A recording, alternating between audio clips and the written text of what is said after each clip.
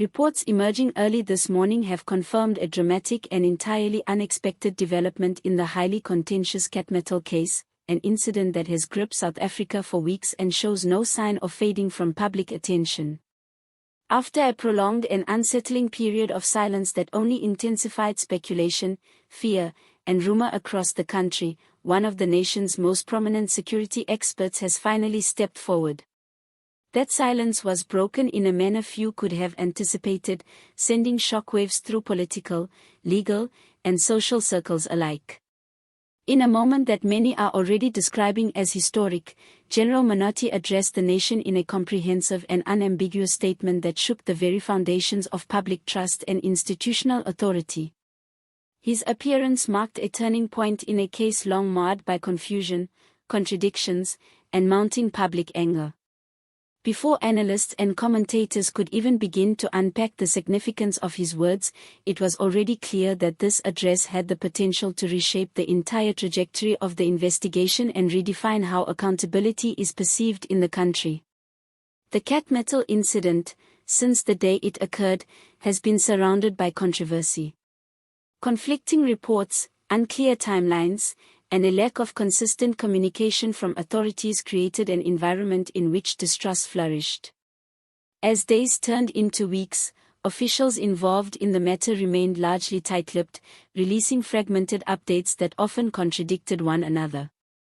This vacuum of clear information left space for speculation to thrive and for public confidence to steadily erode.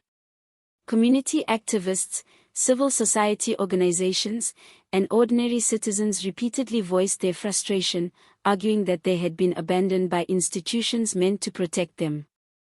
Each unanswered question added fuel to the fire, deepening the sense that something critical was being concealed. Against this backdrop, General Mkhwanazi's appearance was nothing short of electrifying. Speaking with calm resolve, he made it clear that he had reached a breaking point. His tone suggested a man unwilling to wait any longer for truth to be acknowledged or for accountability to take its course. There was no lengthy introduction or attempt to soften his message. He went straight to the heart of the matter, addressing the allegations, the misinformation, and the unchecked narratives that had taken root around the Cat Matlala case. According to the general, the chaos surrounding the case was not accidental. He stated bluntly that the allegations and confusion had been allowed to spiral out of control due to a lack of leadership. In his view, had there been decisive and principled leadership from the outset, the facts could not have been manipulated so easily or so extensively. His remarks carried the unmistakable frustration of someone who felt that institutional failures had opened the door to distortion and abuse of the truth. His repeated insistence that "enough is enough" quickly became the defining phrase of the address, resonating with a public exhausted by uncertainty. Rather than resembling a conventional press conference, the address felt more like a warning. General Mkhwanazi methodically outlined his concerns, the findings that had emerged from his own investigation, and the decisive actions he intended to take next. Much of his focus centered on what he described as deliberate interference in the investigation. He alleged that the case had been tampered with, derailed, and rerouted, either because of political interests or due to intense internal pressure within institutions tasked with uncovering the truth. He suggested that certain individuals had become fearful of what a truly transparent investigation might reveal and had therefore attempted to slow down the process or alter its direction. This, he argued, was unacceptable. The Cat Matlala case, he emphasized, should never have been turned into a political football. At its core, the matter was about justice, clarity, and accountability, values that should transcend political considerations. In exposing these issues, General Mkhwanazi inadvertently revealed the extent to which divisions existed within the institutions responsible for managing the investigation. His remarks painted a picture of fragmented agencies working at cross purposes, undermining each other and contributing to the confusion that had engulfed the nation.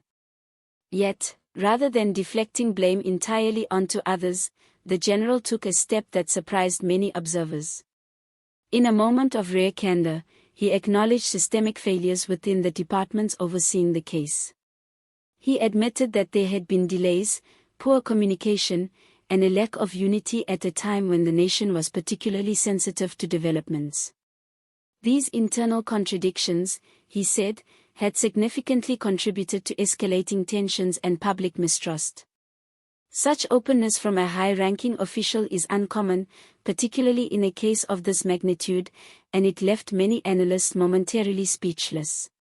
Turning his attention from officials to ordinary citizens, General Mkhwanazi addressed the fear, confusion, and sense of betrayal felt by the public.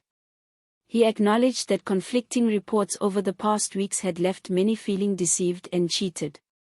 In response, he offered a firm assurance that no amount of pressure would compel him to become complicit in the suppression of truth for political convenience or strategic silence. His words appeared to strike a chord with communities who had begun to lose faith that the investigation would ever yield honest answers. One of the most intense moments of the address came when the general began outlining what he described as the established order of events in the Cat Matlala case. While he refrained from disclosing specific evidence, he made it clear that much of what had been circulating publicly was taken out of context. He accused certain individuals of selectively releasing fragments of information to create panic and mislead the public.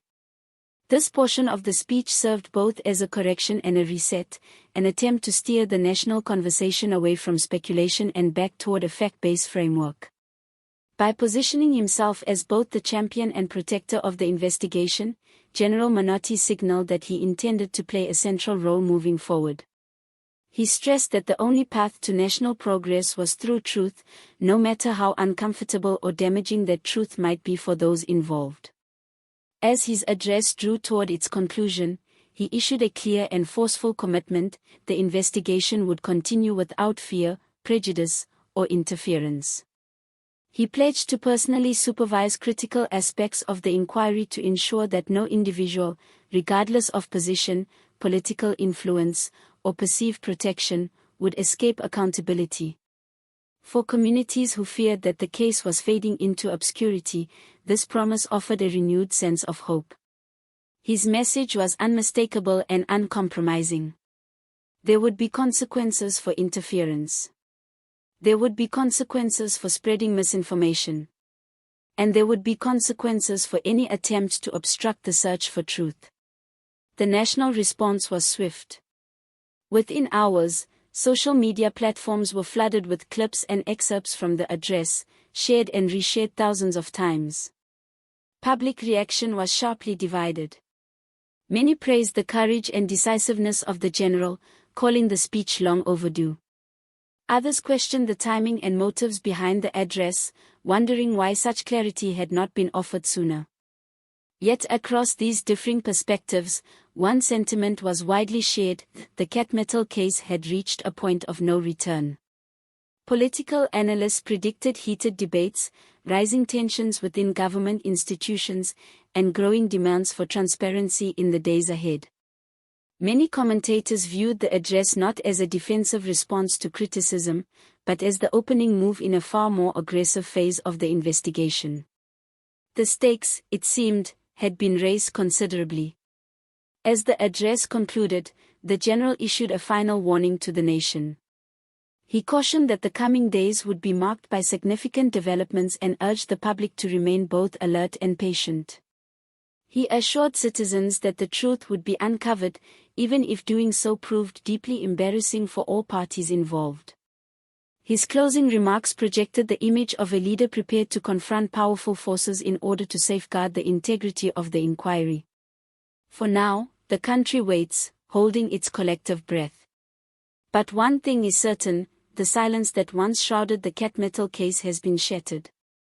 The balance has shifted, tensions are rising, and a storm appears to be gathering.